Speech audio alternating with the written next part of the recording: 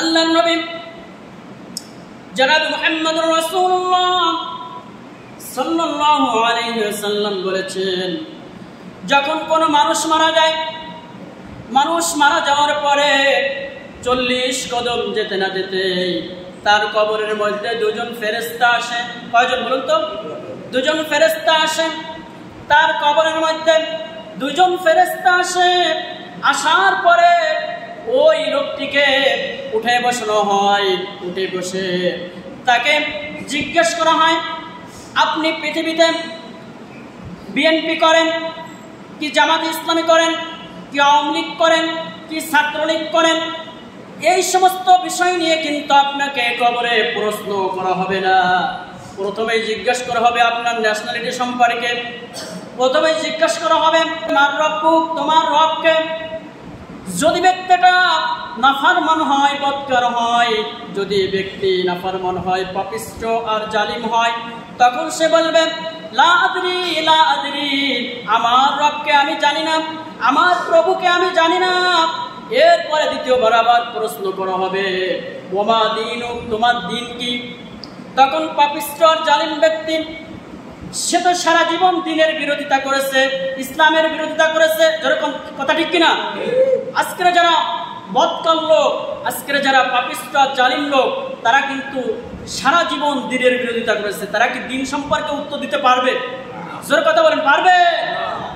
যখন ফেরেশতারা বলবে ওয়ামা দীনুকা, তোমার দিন কি ছিল, তোমার আদর্শ কি ছিল, ওই পাপিষ্ঠ আর জালিম ব্যক্তি, বদকার ব্যক্তি, সে প্রশ্নের উত্তর দিতে পারবে না। আর এজন্য দিতে পারবে না, সে তো সারা জীবন আজীবন দিনের বিরোধিতা করেছে, ইসলামের বিরোধিতা করেছে, আলেমের বিরোধিতা করেছে, কোরআন প্রতিষ্ঠার আন্দোলনের পথে বাধা সৃষ্টি করেছে। জোরে কথা বলুন, ঠিক কিনা? সে দিন সম্পর্কে প্রশ্ন করা হলে সে বলবে লা আদরি, দিন কি জিনিস আমি জানি না। এরপরে তৃতীয় নম্বর প্রশ্ন করা হবে ওমান নাবিয়ুকা, তোমার নবীকে, তোমার রাসূলকে। তখন সে ওই বদকার ব্যক্তি, ওই ব্যক্তি পাপিষ্ঠ আর জালিম ব্যক্তি, সে তো সারা জীবন নবীর বিরুদ্ধে কথা বলেছে, নবীকে নিয়ে কটূক্তি করেছে, নবীর বিধান পৃথিবীতে বাস্তবায়িত হতে দেয় নাই। এইরকম জালিম আমাদের পৃথিবীতে আছে না নাই? তখন সে বলবে লা আদরি লা আদরি, দিন নবীকে আমি চিনি না। কোনো বর্ণনায় এসেছে আপনার আমার রাসূল জনাব মুহাম্মদুর রাসূলুল্লাহ সাল্লাল্লাহু আলাইহি সাল্লামকে সরাসরি কবরের মধ্যে আনা হবে, দেখানো হবে যে মা কুনতা হাযার রাজুল, এই ব্যক্তি সম্পর্কে তোমার ধারণা কি, ইনি কে?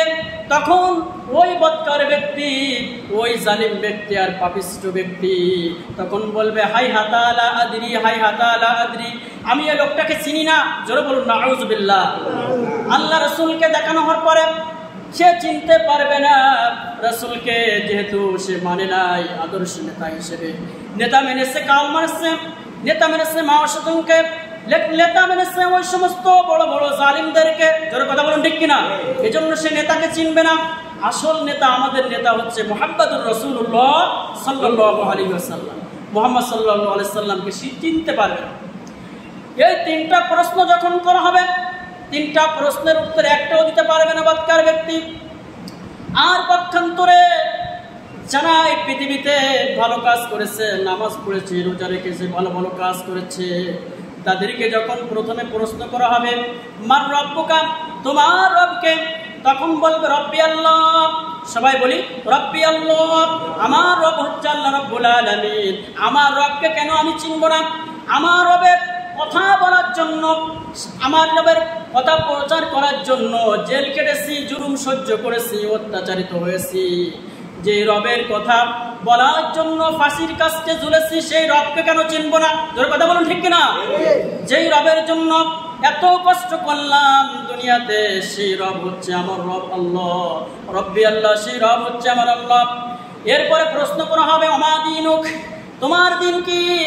তখন ভালো মানুষ, নেককার মানুষ, মুমিন মানুষ সে বলবে দীনুল ইসলাম, আমার দিন হচ্ছে ইসলাম।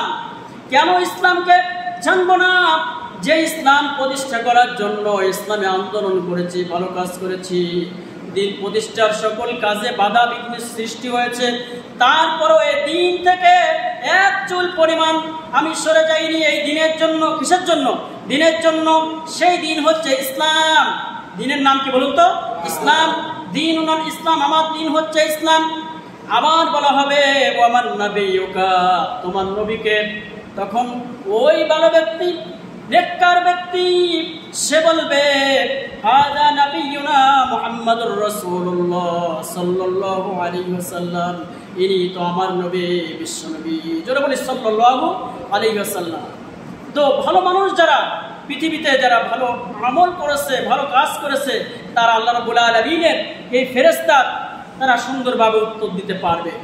আজ যারা উত্তর দিতে পারবে না, নাফরমান আর জালিম মানুষ, তাদের কবরে ভয়াবহ 10টা আযাবের সম্মুখীন তারা হবে। কয়টা আযাব বলুন তো? 10টা আযাব।